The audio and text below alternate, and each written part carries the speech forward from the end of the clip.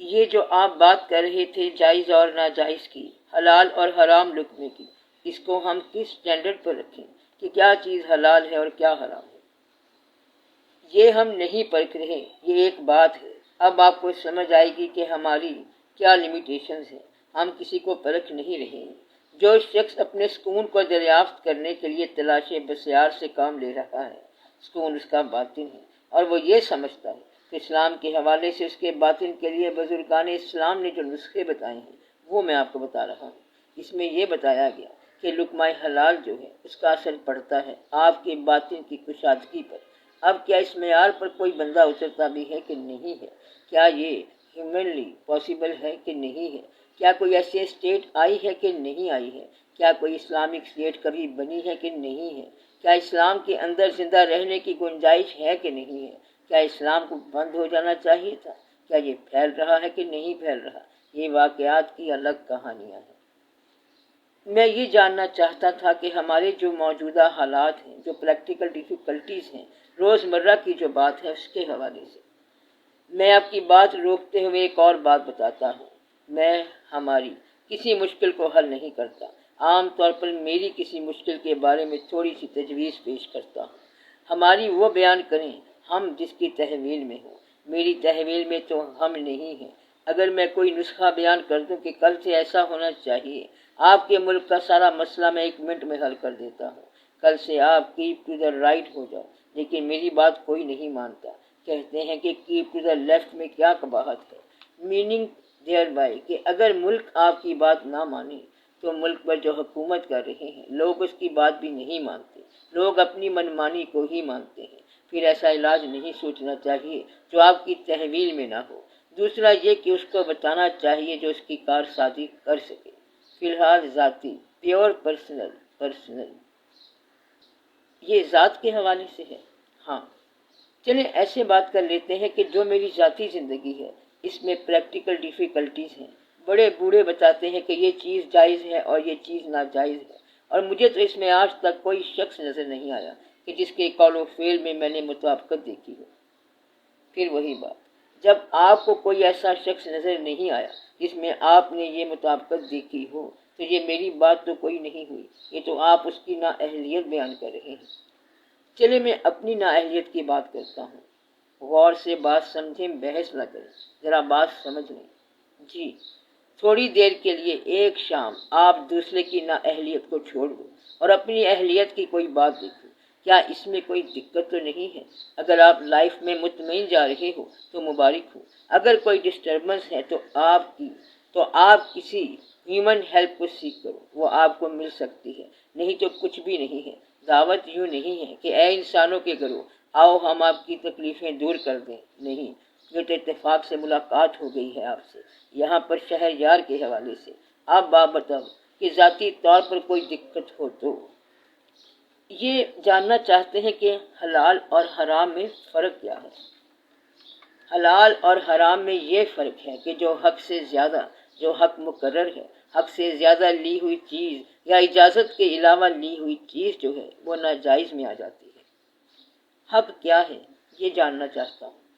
حق عام طور پر طے ہوتے ہیں، یہ ایک دوسرے کے ساتھ طے ہوتے ہیں کہ کیا حقوق ہیں اور کیا حقوق نہیں ہیں، یہ عام طور پر طے ہو جاتے ہیں۔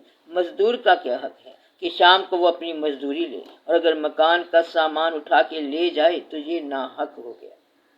میں ایک مثال دیتا ہوں، آپ مثال نہ دو، آپ مثال مانگو، آپ کنوے نہ کرو۔ کوئی چیز آپ پوچھنا چاہو تو پوچھو، بحث نہ کرو۔ میں وضاحت کرنا چاہتا ہوں، وضاحت نہ کرو نا، میرا مطلب ہے کہ اگر آپ یہ پوچھ رہے ہو کہ حق کیا ہے اور ناحق کیا ہے تو اسلام کے بارے میں یہ اسٹڈی کرنا چاہیے کہ اس نے کس چیز کو حق کہا ہے، باطل کسے کہا ہے، حلال کسے کہا ہے، حرام کسے کہا ہے۔ یتیم کا مال نہ کھاؤ، اس کو اللہ تعالیٰ نے منع کر دیا ہے۔ اب یہ کیوں منع کر دیا ہے؟ اللہ تعالیٰ نے بہت ساری باتیں ایسی کی ہیں جس کی وضاحت آپ نے خود مہیا کرنی ہے۔ اللہ تعالیٰ نے حرام اور حلال کا کانسیپٹ دیا ہے اور اللہ تعالیٰ کی بات واضح ہے۔ اب اگر اللہ تعالیٰ کی بات سمجھ نہ آئے تو انسان کسی کی کیا ہیلپ کر سکے گا، کیا بتائے گا؟ میں ایبسٹریکٹ کی بات نہیں کر رہا تھا، میں تو پریکٹیکل بات کر رہا تھا۔ آپ کنکریٹ بات کریں۔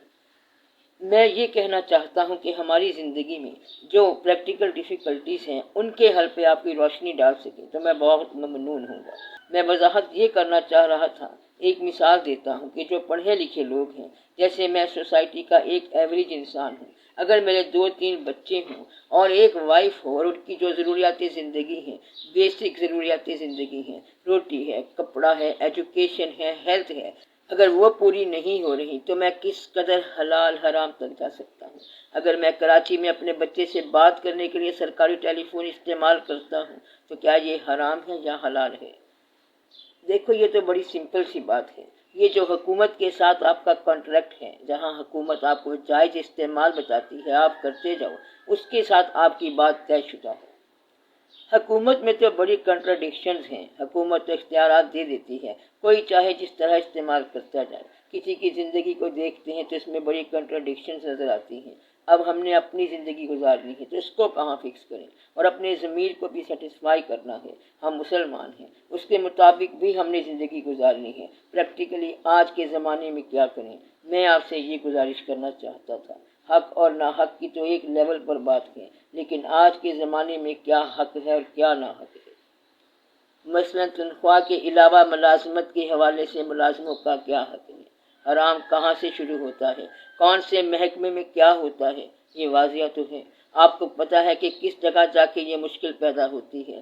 مطلب یہ کہ ہر وہ چیز جو کہ دینے والے اور لینے والے کے درمیان ہے وہ طے شدہ ہے کہ کون سی چیز تمہیں چاہیے، کتنی محنت کے بدلے میں کیا چیز ملے گی۔ اس کے علاوہ جو کچھ لے رہے ہو یہ ناجائز ہے، یہ تقریباً ہر ایک کو پتہ ہے۔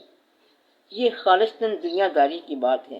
بات یوں ہے کہ ایک آدمی ہے جس کی تنخواہ 1000 روپے ہے، اب اس کا گزر بسر 1000 روپے مہینے میں نہیں ہے، وہ آج کے زمانے میں چل نہیں سکتا۔ اگر وہ گورنمنٹ کا ملازم ہے تو اس کو اپنی نوکری کے علاوہ کہیں اور کام کرنے کا حکم نہیں ہے۔ وہ اپنی روزی انہینس کرنے کے لیے، بڑھانے کے لیے کیا کرے؟ یہ تو تم جرم کی بات کر رہے ہو اور میں گناہ کی بات کر رہا ہوں۔ اس کا تعلق تو جرم کے ساتھ ہے۔ اسٹیٹ کا قانون توڑنے والی جو بات ہے اسے جرم کہتے ہیں۔ جرم کی تو یہ بات ہی نہیں کر رہے ہیں۔ جرم کا تعلق سزا کے ساتھ ہے، میں تو گناہ کی بات کر رہا تھا۔ اللہ نے جس حد سے روکا اس سے رک جاؤ۔ آپ نے جو کہا ہے وہ تو قانون کی بات ہے۔ ہاں، یہ قانون کی بات ہے، جرم والی بات سے میرا کوئی تعلق نہیں ہے۔ میں نے تو یہ کہا ہے کہ جہاں سے اللہ نے روکا ہے وہ ناجائز ہے، یہ آپ کو پتہ ہونا چاہیے۔ کہیں ایسا نہ ہو کہ آپ حدود اللہ سے تجاوز کر جاؤ، اس سے تجاوز نہیں کرنا۔ اس کو میں ایک اور طریقے سے پیش کروں؟ ہاں کروں۔ ایک چیز یہ ہے کہ فرض کریں میں اپنے آپ کو سوسائٹی کا ایک ایسا انسان سمجھتا ہوں کہ میں نے ایم اے کیا ہے، نوکری کی ہے، اس معاشرے میں میری کچھ بیسک ضروریات ہیں جو پوری نہیں ہوتی، تو میں کیا کروں؟ آپ یہ بتاؤ کہ اللہ تعالیٰ کا قانون یہاں کیا کہتا ہے؟ آپ نے اسٹڈی کیا ہے، ایم اے کیا ہے، کون سے سبجیکٹ میں ایم اے کیا ہے؟ نفسیات میں کیا ہے جی، آپ نے نفسیات میں کیا ہے، اور یہاں نفسیات پڑھانے والے بیٹھے ہیں، سب نفسیات جانتے ہیں۔ میں بھی 2 سال سے زیادہ تک پڑھاتا رہا ہوں۔ آپ یہ سمجھو کہ کون سا حق چھیننے کی آپ کو اجازت ہے؟ جہاں تک اللہ کا تعلق ہے تو چھیننے کی اجازت نہیں ہے۔ اب یہ تو قانون ہے۔ جہاں تک اللہ کی اور بات پوچھو گے تو آپ کو کسی مقام پر کسی سے کچھ بھی چھیننے کا حق نہیں ہے۔ اب آپ یہ بتاؤ کہ کیسے حالات درست ہوں؟ جب تک کوئی حکومت درست نہ ہو، کوئی اور واقعات درست نہ ہوں، تو میرا خیال ہے کہ آپ چھیننا چھوڑ دو۔ چاہے میں مر جاؤں، بچوں کو مار دوں، ان کو ایجوکیشن نہ دلاؤں۔ زندہ رہنے کے لیے جو واقعہ آپ نے کیا، اس واقعے کو دوبارہ آپ سے پوچھا جائے گا کہ تم نے کیا کیا، اسی کے بارے میں پوچھا جانا ہے۔ اس وقت آپ بول رہے ہیں، پھر آپ بولو گے نہیں۔ اب میں یہ نہیں کہتا کہ آپ جرم کر رہے ہیں کہ نہیں کر رہے، میں آپ کو صرف ایک بات بتا رہا ہوں کہ کوئی چیز جو حقوق کے علاوہ ہو اس سے ذرا گریز کرو۔ اس سے نہ مجھے کوئی فائدہ ہے اور نہ آپ کو کوئی نقصان ہو رہا ہے، اس سے گریز کرنے کی کوشش کرو۔ ایسا نہ ہو کہ کل کو کسی مقام پر آپ پر کوئی گرفت آ جائے۔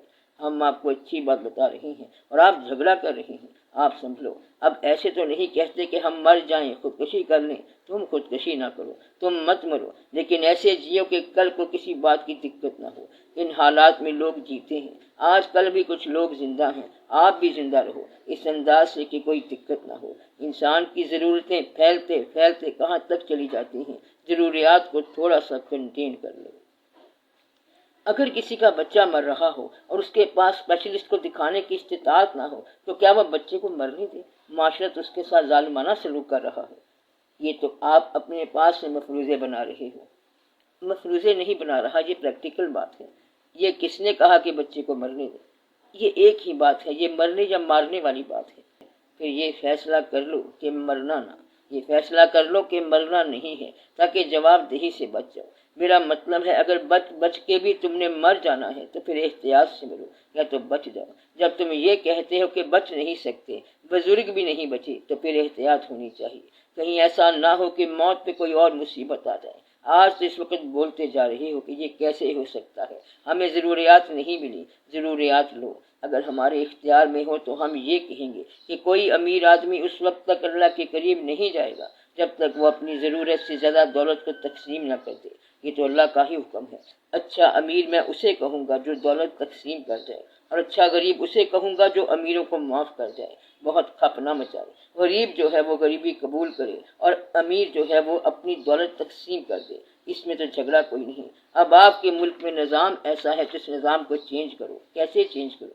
یہ جیسے چینج ہوتا ہے اسے چینج کرو۔ یہ سمجھ لو کہ لوگوں کے حقوق ملنے چاہیے، تعلیم ملنی چاہیے، مساواتیں ملنی چاہیے۔ اگر نہیں ملتی تو کچھ اور انتظامات کرو، لیکن اللہ کا قانون تم چینج نہیں کر سکتے۔ یہ بات یاد رکھنا کہ اگر تم پیور مساوات قائم کر دو اور سب انسان برابر کے آ جائیں تو قیامت تک نہیں آئیں گے۔ اگر تم نے معاشیات برابر کر دی ہے تو پھر خیالات برابر نہیں آئیں گے، پھر شکل برابر نہیں آئے گی۔ ایک چہرہ ہزار بار لوگوں کے دلوں میں محبت کی گنجائش پیدا کر دیتا ہے، اور ایک چہرہ دیکھتے ہی کراہت آنے لگ جاتی ہے۔ یہ برابر کا کام دنیا میں نہیں ہو سکتا۔ اللہ تعالیٰ کی تخلیق دیکھو، کائنات کے اندر غور کرو۔ کووں نے شور مچایا تھا کہ مور کو آپ نے رنگین بنا دیا اور ہمیں کیا دے دیا؟ یہ اللہ کے کام ہے۔ کائنات بنانے والے نے اسی طرح بنایا، وہ کسی کو امیر بناتا ہے اور کسی کو غریب بناتا ہے۔ ہاں، آپ یہ کہہ سکتے ہیں کہ غریبی اتنی زیادہ ہو گئی ہے کہ لوگ جو ہیں ان کا ایمان محفوظ نہیں ہو رہا۔ یہ بات سوچنے والی ہے۔ عین ممکن ہے کہ غریبی لوگوں کو کافر بنا دے۔ ایسی غریبی کا وقت آ گیا ہے۔ دعا کرو کہ یہ غریبی ٹل جائے، یا کوشش کرو اور اسے ٹال دو۔ لیکن وہ انسان جو ضرورت کو پھیلاتا ہے اور پھر ناجائز پیسے کا جواز مہیا کرتا ہے، پھیلائی ہوئی ضرورت کو اور ضرورت سے زیادہ ضرورت کو، وہ آدمی اپنے آپ کے لیے آسانی پیدا نہیں کرے گا، وہ سکون میں نہیں رہے گا۔ ناجائز ضروریات بنا کر ناجائز آمدن کے ساتھ یہ پھر جائز نہیں ہوگا۔ اس لیے یہ دیکھو کہ تمہارا سوال کہاں تک جائے گا۔ لوگوں کی ضروریات پوری ہونی چاہیے، ہم کہہ رہے ہیں۔ لوگوں کی غریبی دور ہونی چاہیے، ہم کہہ رہے ہیں۔ عافیت ہونی چاہیے، ہم کہہ رہے ہیں۔ علاج فری ہونا چاہیے، ہم کہہ رہے ہیں۔ سب کو فری ہونا چاہیے، اور یہ سب کچھ ہونا چاہیے۔ اس کے باوجود جو ہے اللہ تعالیٰ کی مقرر کی ہوئی حد جو ہے وہ یاد رکھنا کہ اسے حد کہنا۔ اللہ تعالیٰ نے جس وقت کہا کہ یہ جب زکوٰۃ کا معاملہ ہوتا ہے، صدقات کا معاملہ ہوتا ہے، تو صدقات لینے والے اس کائنات میں ضرور رہیں گے، زکوٰۃ لینے والے ضرور رہیں گے، غریب ضرور رہے گا اور امیر ضرور رہے گا۔ ایسا ماحول پیدا کر دو کہ امیر مغرور نہ ہو اور غریب مایوس نہ ہو۔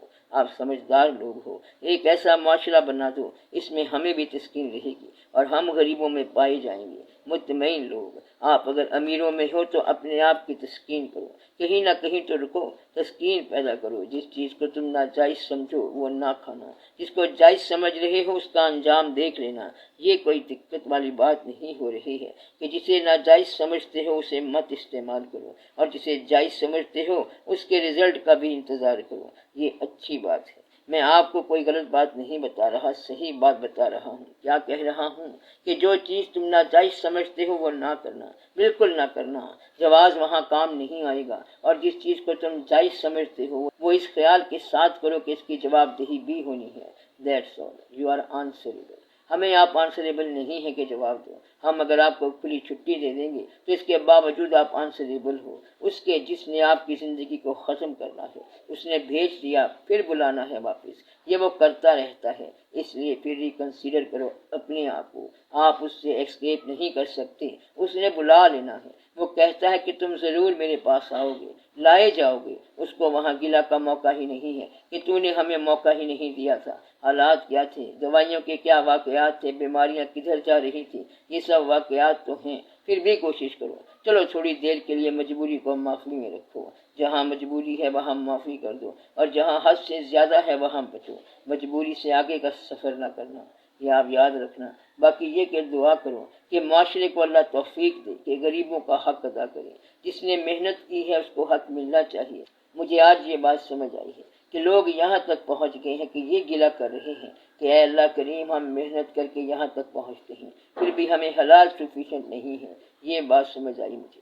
جو تم نے حلال کہا ہے وہ ہمارے لیے سفیشینٹ نہیں ہے، اس میں کوئی امپرووڈ فارم منگواتے ہیں کہ یا اللہ حلال کی رینج زیادہ فرما، یعنی حرام کہیں دور جا کے شروع ہو، ضرورت تو پوری ہونی چاہیے۔ شہر میں کنوینس ضروری ہے، یہ ٹھیک بات ہے کہ کنوینس ضروری ہے، کنوینس کے بعد اگر 2 کنوینس رکھے تو پھر حرام کا مال شروع ہو جائے گا۔ کیا خیال ہے آپ لوگوں کا؟